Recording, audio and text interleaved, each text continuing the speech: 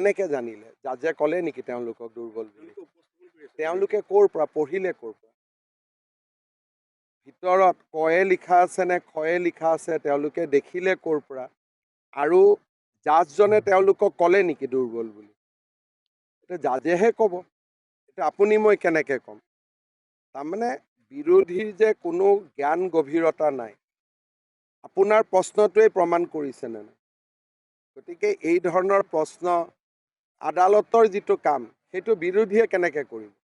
অখিল গগৈ আমাক চেলেঞ্জ দিবৰ কাৰণে অখিল গগৈ কোন? তেওঁৰ পৰিচয়টো দিয়কচোন। তেওঁৰ কেইজন বিধায়ক আছে, কিমান ডাঙৰ দল, তেওঁ কি কি অসমত কৰিলে আজিলৈকে, এটা লিষ্ট এটা দিয়ক মোক।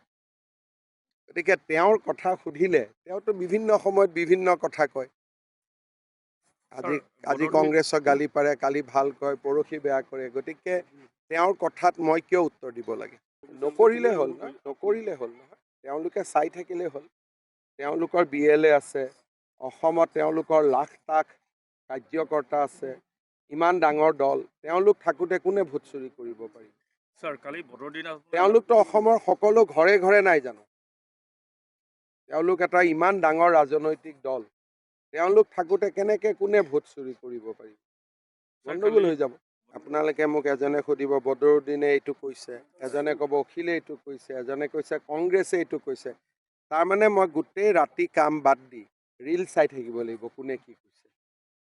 ৰীল চাই থকাটো মোৰ কাম হ'ব পাৰে জানো?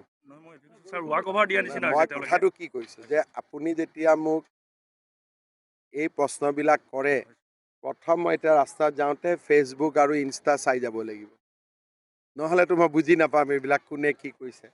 গতিকে যিখিনি কথা ৰাজহুৱাভাৱে কোনেও শুনা নাই, দেখা নাই, বাতৰি কাকতো উলিওৱা নাই, টিভিটো হেডলাইন হোৱা নাই, তেনেকুৱা কিমান কথা মনত ৰাখিব? কেনেকে জানিলে? জাজে ক'লে নেকি তেওঁলোকক দুৰ্বল বুলি? তেওঁলোকে ক'ৰ পৰা পঢ়িলে ক'ৰ পৰা? ভিতৰত কয়ে লিখা আছে নে খয়ে লিখা আছে তেওঁলোকে দেখিলে ক'ৰ পৰা? আৰু জাজজনে তেওঁলোকক ক'লে নেকি দুৰ্বল বুলি? এতিয়া জাজেহে ক'ব। এতিয়া আপুনি মই কেনেকে ক'ম? তাৰমানে বিৰোধীৰ যে কোনো জ্ঞান গভীৰতা নাই, আপোনাৰ প্ৰশ্নটোৱেই প্ৰমাণ কৰিছেনে নাই?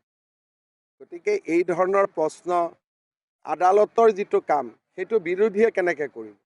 অখিল গগৈ আমাক চেলেঞ্জ দিবৰ কাৰণে অখিল গগৈ কোন? তেওঁৰ পৰিচয়টো দিয়কচোন। তেওঁৰ কেইজন বিধায়ক আছে, কিমান ডাঙৰ দল, তেওঁ কি কি অসমত কৰিলে আজিলৈকে, এটা লিষ্ট এটা দিয়ক মোক।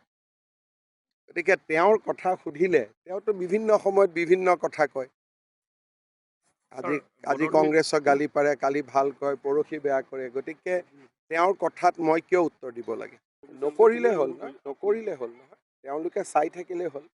তেওঁলোকৰ BLA আছে, অসমত তেওঁলোকৰ লাখ কাৰ্যকৰ্তা আছে, ইমান ডাঙৰ দল, তেওঁলোক থাকোঁতে কোনে ভোট চুৰি কৰিব পাৰিব?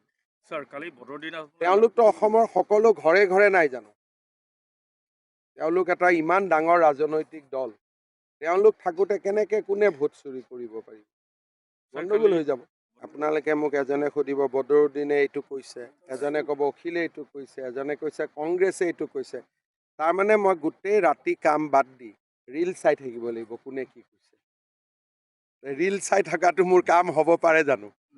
স্যাৰ ৱাক অভাৰ দিয়া নিচিনা মই কথাটো কি কৈছোঁ যে আপুনি যেতিয়া মোক এই প্ৰশ্নবিলাক কৰে, প্ৰথম মই এতিয়া ৰাস্তাত যাওঁতে ফেচবুক আৰু ইনষ্টা চাই যাব লাগিব, নহ'লেতো মই বুজি নাপাম এইবিলাক কোনে কি কৈছে। গতিকে যিখিনি কথা ৰাজহুৱাভাৱে কোনেও শুনা নাই, দেখা নাই, বাতৰি কাকতো উলিওৱা নাই, টিভিটো হেডলাইন হোৱা নাই, তেনেকুৱা কিমান কথা মনত ৰাখিব?